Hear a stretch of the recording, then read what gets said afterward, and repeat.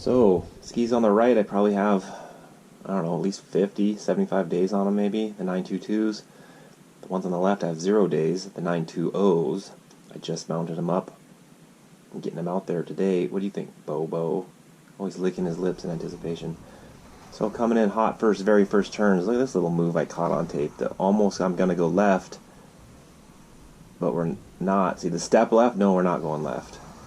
There's the half step initiating the turn with the right, but then 2 seconds later, this next dude, exact same thing, a slightly different variation, but exact same thing. That being said,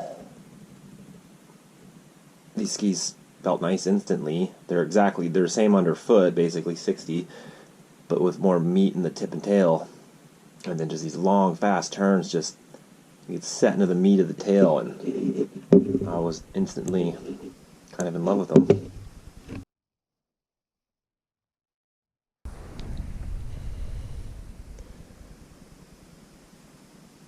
Following Riley Buck, local shredder, leading the way off the back picnic. Classic run. This is classic Alyeska. So this is that same shot I did the other day on the dust on crust on those 922s. There was... What's going on down there? 6 inches of pow in here. We broke through the quantum probability wall right there, but I knew the groomer's coming up, so I stayed right out the choke this time. Into, oh look, double pull. Look at that, bam, bam. You don't catch that too often. Double pull place.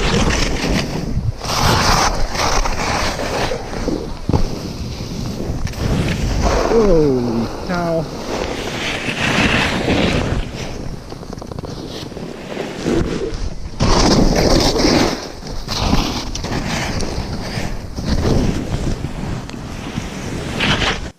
Right here, left hook, deep left hook. Oh, this hurts to watch. Right through the knee, right into the hip, twisted the whole leg instantly. But it didn't seem to hurt. Jesus.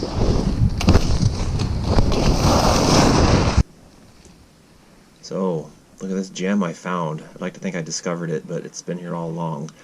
It's probably, well, it must be the longest sign line on the mountain. Chuck's line, look at this thing. Without all the crazy cross tracks like over on the other one, Prospect Ridge.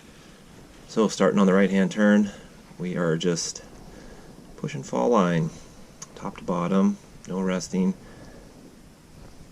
and it makes me think of skiing in general. I've been doing the last 5 years a bunch of endurance training stuff, running like Ironman training basically, trying to get volume, aerobic endurance capacity, and the main rule, big rule people follow is the 80-20.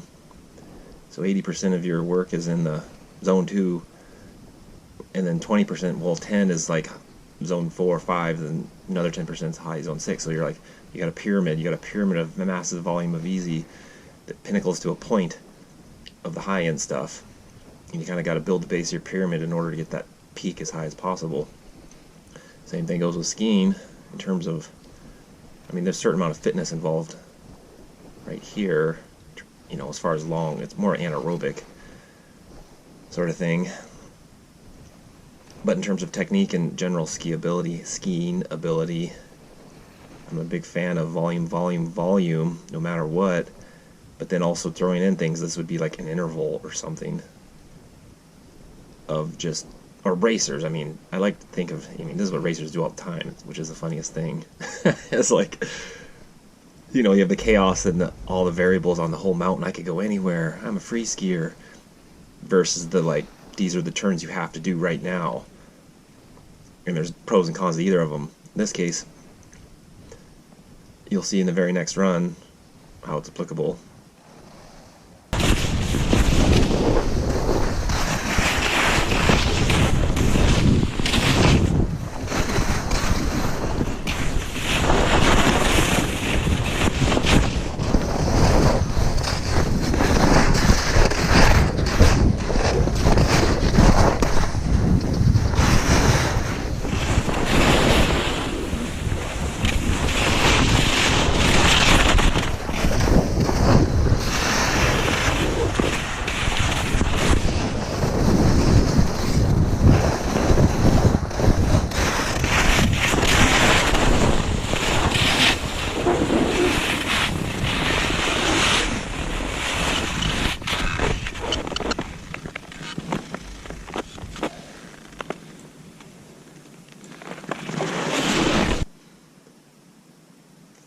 So these skis definitely feel way bigger than the little 922 cousins.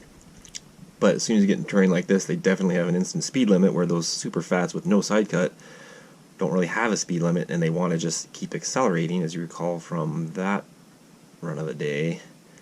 So I had to keep it under control, or it's like me and the skis were in agreement that we had to keep it under control. And man, I love it out here in the knuckles. Look at it, it's just no one's out there, and just crushing turns.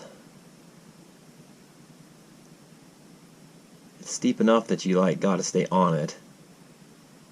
Yes, and you gotta stay honest. Boom! Look at these trees. These look real familiar in terms of turning around obstacles and having to make the turn. So these skis, I did notice they kept they would hook a little, or because the tails are so much wider, they're like 1.4 centimeters wider than the 922s.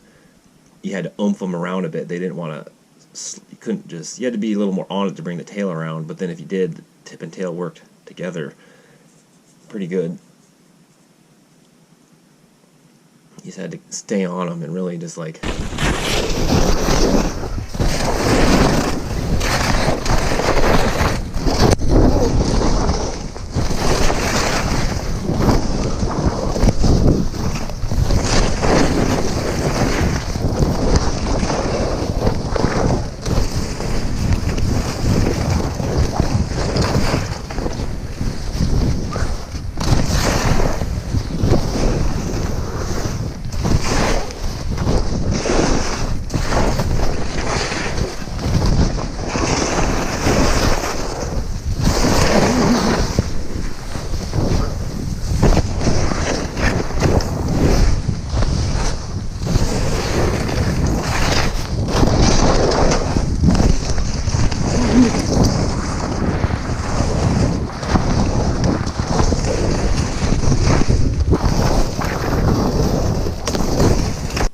Thanks for watching. Hit the subscribe button.